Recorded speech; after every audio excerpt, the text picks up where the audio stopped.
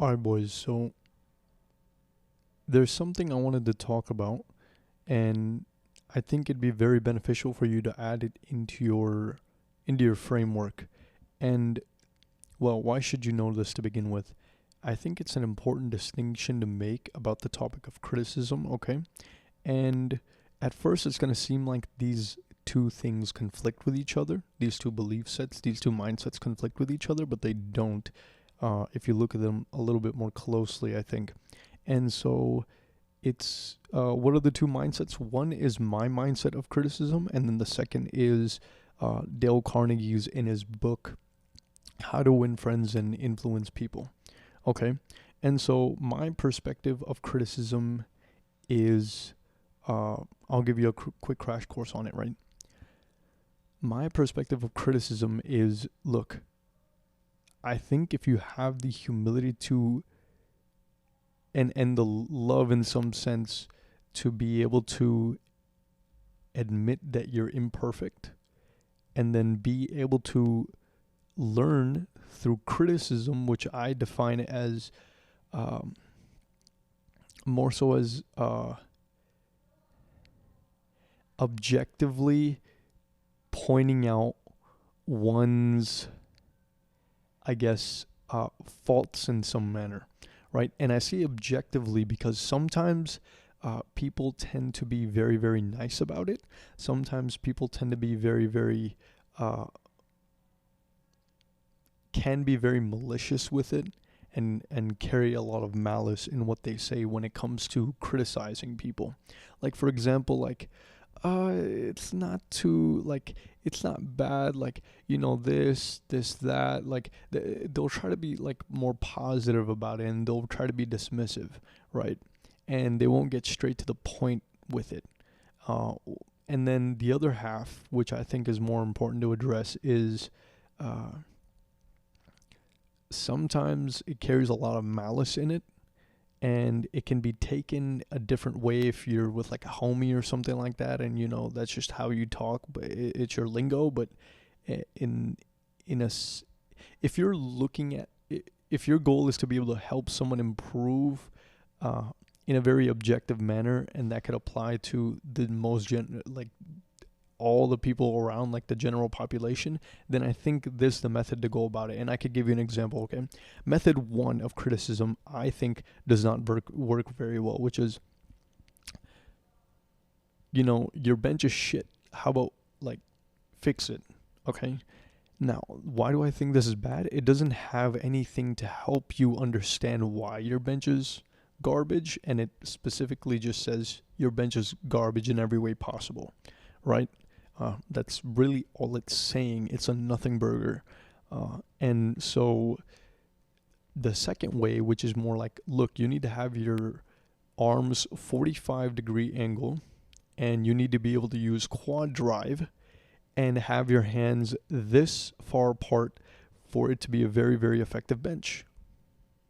Now we're talking. Now we're getting somewhere, because now you're giving this person more of something objective. Maybe it's not completely objective in some metric, in some manner, but it's more objective than what you had before, and I think that's what matters, okay? And so what that helps do is actually help fix the mistake, because now you're pointing out what the mistake is rather than talking about what they're doing wrong, because they could be doing a lot of things wrong, and there's a lot of ways you could do something wrong, but I think there's fewer ways to do something right. So if you can point out the way to do it right, I think you have a better chance of success in that manner, especially when it comes to criticism, right? So that's pretty much my perspective on it. But I was about to say Carl Rogers for whatever reason, but Dale Carnegie thinks otherwise, okay? And it might seem like he thinks otherwise, but I think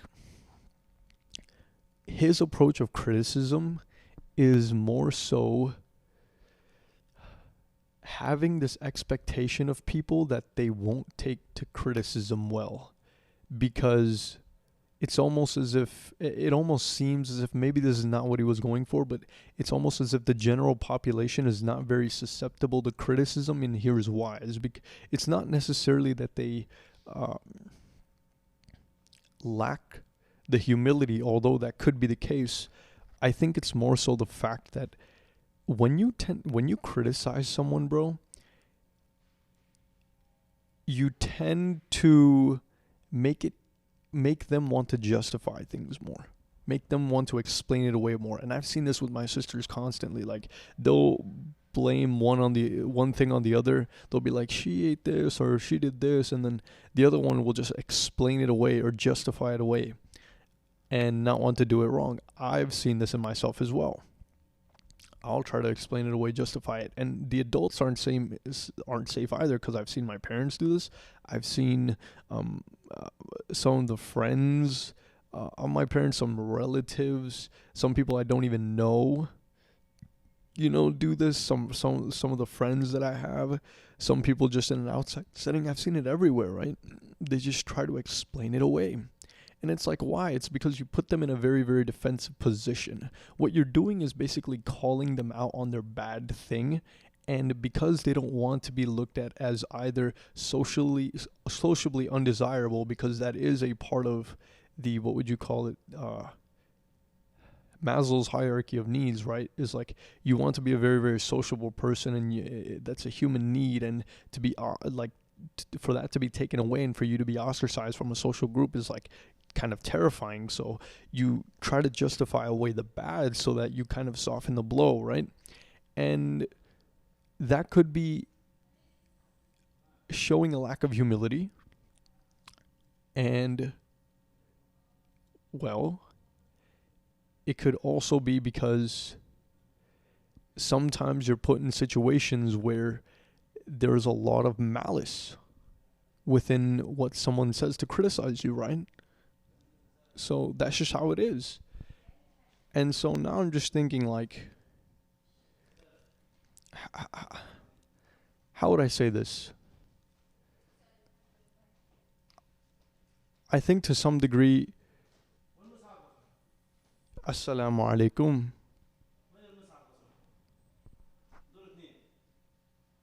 Sorry, I don't understand.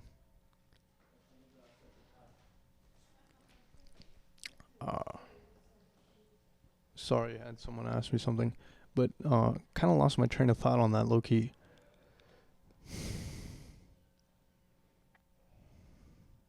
What was I gonna say?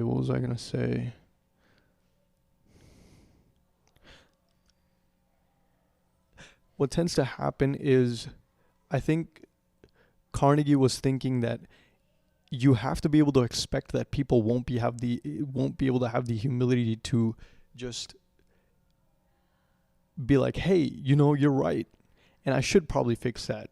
Even if you say it in the most objective, even if you criticize them in the most objective manner possible, you'll still get backlash, and chances are you'll still be resented. So that's why I think my beliefs also kind of go along with his, or they're able to fit along. Not that mine go along with his, more that we're able to have two frameworks at one. Because what I'm saying is, you have to subject yourself to some level of love within your heart, and having the ability to show some humility, love in a manner that, like, you're willing to hear out the other person, and you're willing to care enough to hear them out. And then humility in a manner to be like, I'm a human, I'm imperfect, so I can learn.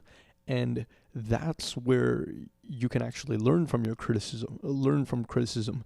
But if one has not displayed such qualities, right, then it's very, very hard to be able to criticize them if they, first of all, don't care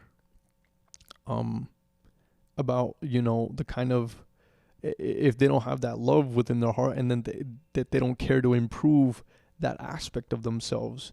And secondly, because it's also associated with the consequence of being less liked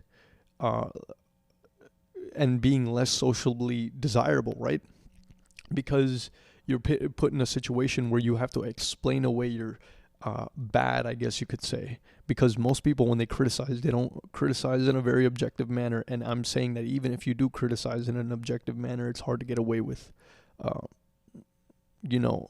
not looking like the bad guy in their case. So basically what I'm trying to say is, if someone has shown the characteristics of being able to care about what it is that you say, right? And have the ability to have the qualities of knowing that they're imperfect and show that they have a willingness to improve themselves, then you can subject them to a level of criticism if that is what they're looking for. But if you don't, how you want to approach the general public and everyone else around you is with the expectation that they won't take it very, very nicely and very, very well. So it's this concept of, instead of punishing their bad behavior, you reward them for the good behavior, which is what B.F. Skinner thought, right? And so if you reward someone for their good behavior, you will see that happen more, right? And I think that comes in respect with time, right? Because if, let's say I have 1 hour of someone's time, right? 1 hour of someone's time, and they do something good that I like, and I reinforce it, whether that's social praise, whether it's I buy them something, or, you know, a snack, a treat, or something, a toy, it doesn't matter what, or anything, or I could even let them know. I think that's a better way of doing it, letting them know, more so like in a social praise manner, not like you would do with kids in a clinical setting, but more so what you would do to just let someone know authentically and honestly that like you liked what they did there. And so I think that really, really helps. And if you do that, then most of the hour you'll just have that positive feedback loop of you're engaging in something, you're telling this person to keep up whatever you think is good, and they're doing that, so now you're liking it as well, and so now you're kind of piggybacking off that as well. You piggyback off that as well. But and maybe 40 minutes out of your hour, right? You have a good positive thing going there, right? And that's what we're hoping for, that you have that most of the time rather than less of the time, right? That's what we're hoping for. So you reward them for their good behaviors, and you don't try to punish them for their bad behaviors as much.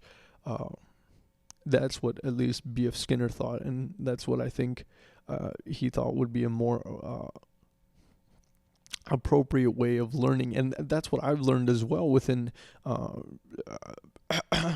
English behavioral therapy as well. That's what I've been learning, is like, look, bro, tell this kid that he's done a great job by performing something that you don't see all the time with, you know, kids who are autistic, and he'll perform that action more and more, and it'll get reinforced more and more.